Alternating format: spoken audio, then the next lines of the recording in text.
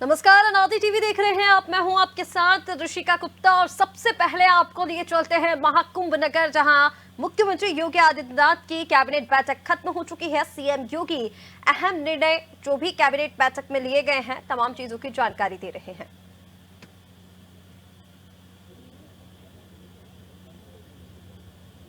आ जाएगा खन्ना जी।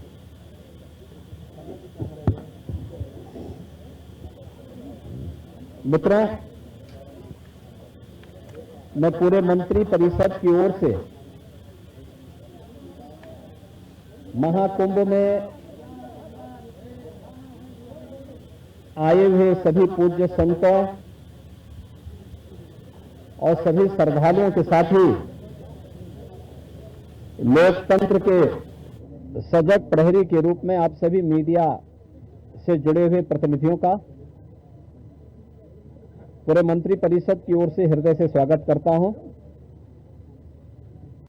महाकुंभ में पहली बार उत्तर प्रदेश का संपूर्ण मंत्री परिषद उपस्थित है।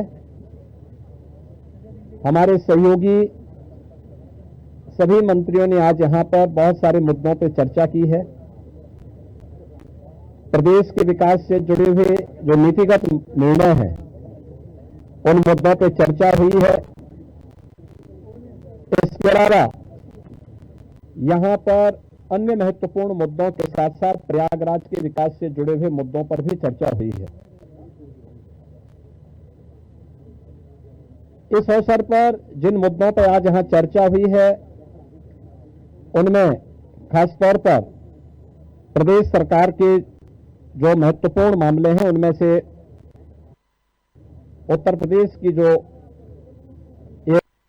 एरोस्पेस और डिफेंस एंड एम्प्लॉयमेंट से संबंधित जो पॉलिसी है, उस पॉलिसी 2024 ये 2018 में हमने बनाई थी, उसी पॉलिसी के 5 साल पूरे हो चुके हैं। अब उसको नए सिरे से बनाने की व्यवस्था की गई है। तो इस पॉलिसी को यहां पर अब हम लोगों ने बड़े निवेश को आमंत्रित करने के लिए उसमें नए इंसेंटिव की घोषणा की है। आज इस पर चर्चा हुई है।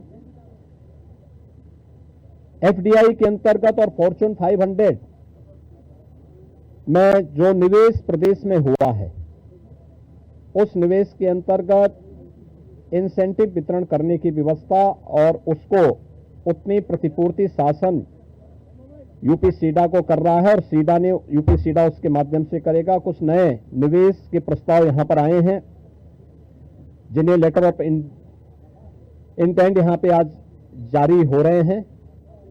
इनमें एक मिर्जापुर का है, 10,000 करोड़ रुपए से अधिक का निवेश का है, एक मुरादाबाद का है और अन्य 2 प्रस्ताव जिन पर आज यहां पर लेटर ऑफ इंटेंट के बारे में चर्चा हुई है। युवाओं को स्मार्टफोन और टैबलेट उपलब्ध कराने की भी स्कीम को यहां पे व्यवस्था दी गई है और यह युद्ध स्तर पर अगले कुछ समय के लिए सरकार ने इसके लिए धनराशि की व्यवस्था की। इसको हम उस कार्यक्रम की भी चर्चा हुई है। बलरामपुर में सरदार अटल बिहारी वाजपेयी जी की कर्म भूमि रही है। उन्हीं के नाम पर जो केजीएमयू का सैटेलाइट सेंटर था, उसे मेडिकल कॉलेज के रूप में स्थापित करने और मेडिकल कॉलेज में नेक्स्ट सेशन में उसको संचालित करने का निर्णय लिया गया है। इसके अलावा पीपीपी मोड पर 3 नए जनपदों में मेडिकल कॉलेज के निर्माण की कार्रवाई, जिनमें बागपत, हाथरस और कासगंज, इन 3 जनपदों में नए मेडिकल कॉलेज निर्माण की सहमति पर भी आज यहां पर सरकार ने अपना वो किया है।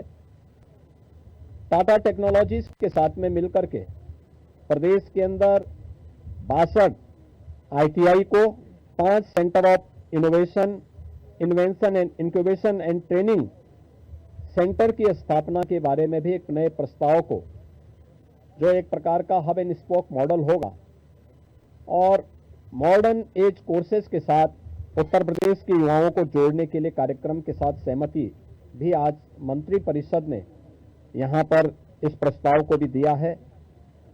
इसके अलावा प्रदेश के अंदर एक अभियोजन डायरेक्टरेट की घोषणा की भी व्यवस्था मंत्री परिषद ने उसको अपनी सहमति दी है और प्रयागराज, वाराणसी और आगरा, ये जो म्युनिसिपल कॉरपोरेशन है हमारे, इन 3 महत्वपूर्ण म्युनिसिपल कॉरपोरेशन में तीनों के बॉन्ड जारी होंगे।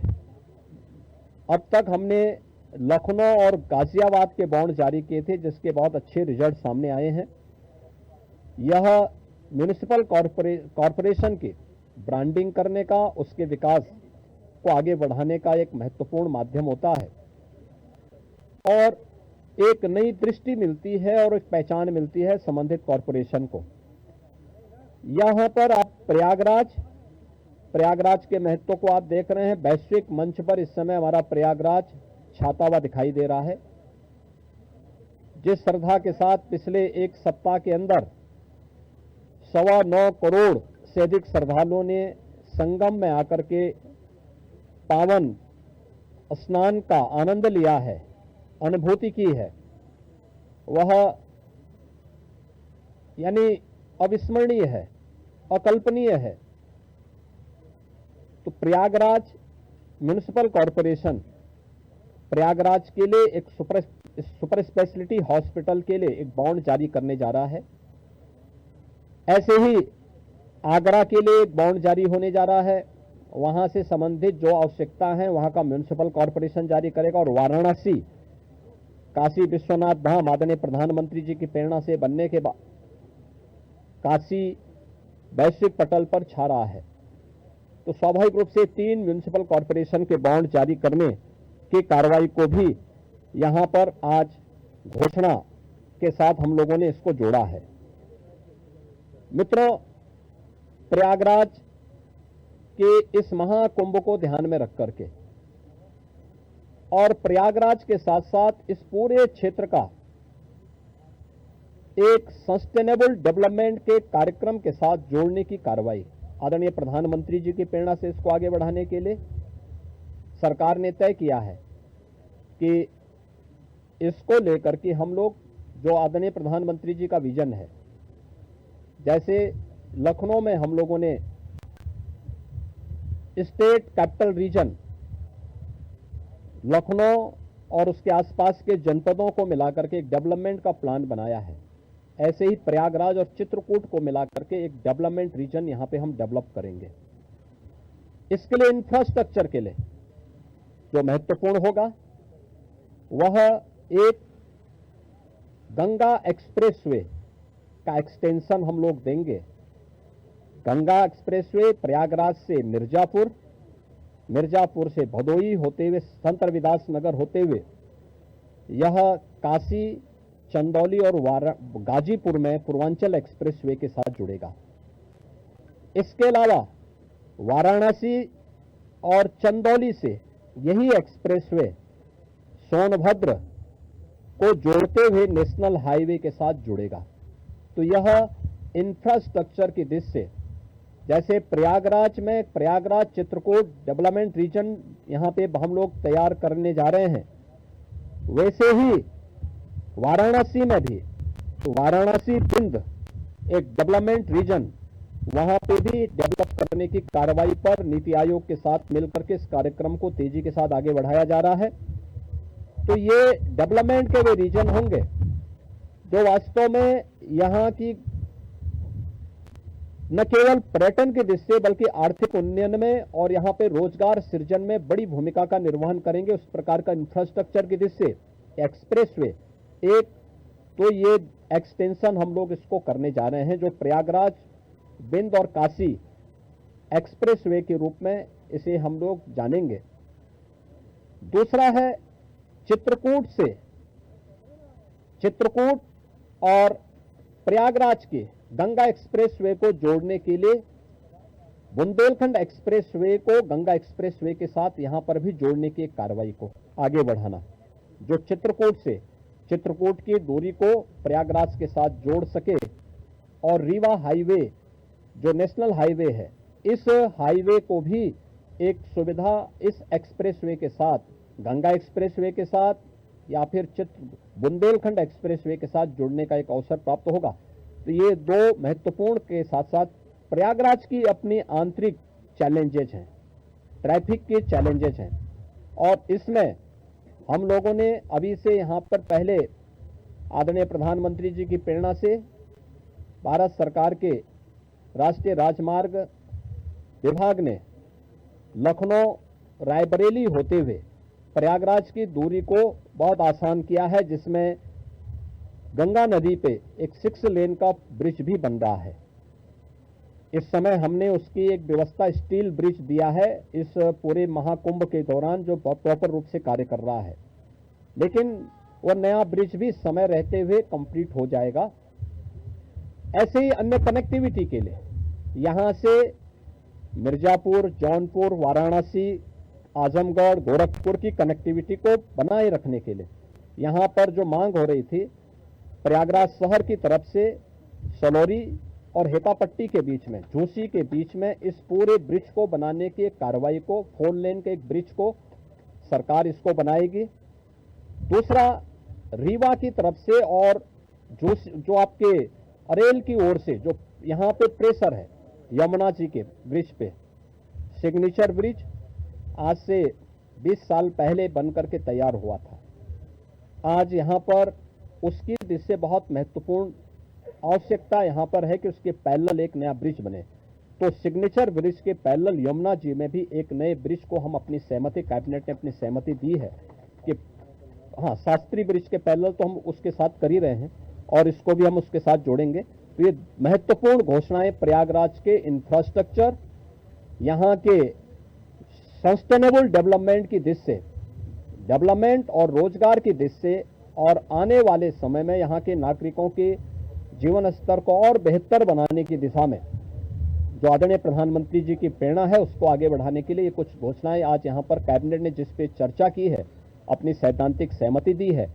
और मुझे पूरा विश्वास है कि अगली बार जब कुंभ के साथ उत्तर प्रदेश जुड़ेगा तो इन सब इंफ्रास्ट्रक्चर का लाभ आने वाले श्रद्धालुओं को प्राप्त होगा। मैं आप सबका एक बार फिर से अपने मंत्री परिषद के सभी साथियों की ओर से हृदय से स्वागत करता हूं, अभिनंदन करता हूं। कहाँ गए भाई राजभर जी, और ये कहाँ गए अपने आशीष पटेल जी, निषाद राज, कहाँ हैं लोग? आप लोग पीछे क्या छुपे हुए, इधर आइए। कहाँ राजभर जी, कहाँ गए? अनिल कहाँ है? अनिल कहाँ है?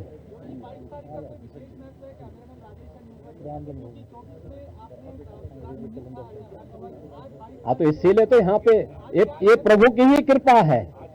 प्रभु आज ही के दिन 500 वर्षों के बाद अयोध्या में विराजमान हुए थे और आज पहली बार उत्तर प्रदेश का पूरा मंत्री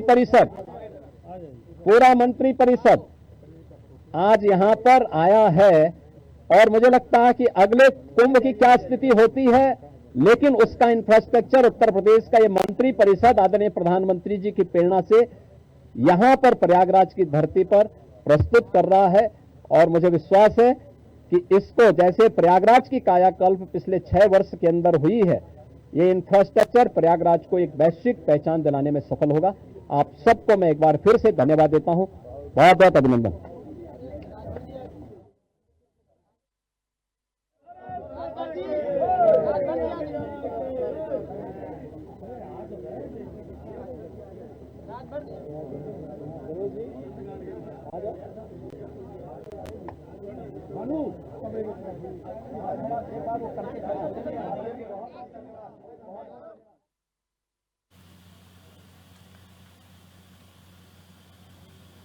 तो महाकुंभ नगर में यूपी सरकार की ये कैबिनेट बैठक धर्मनगरी में, और कई महत्वपूर्ण फैसले इस बैठक में लिए गए।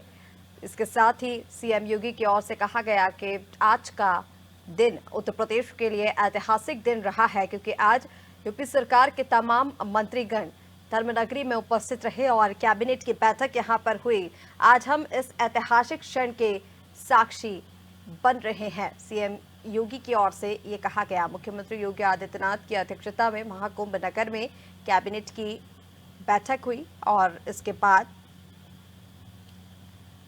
सीएम योगी ने प्रेस कॉन्फ्रेंस करके तमाम निर्णयों की जो इस कैबिनेट बैठक में लिए गए उनकी जानकारी दी।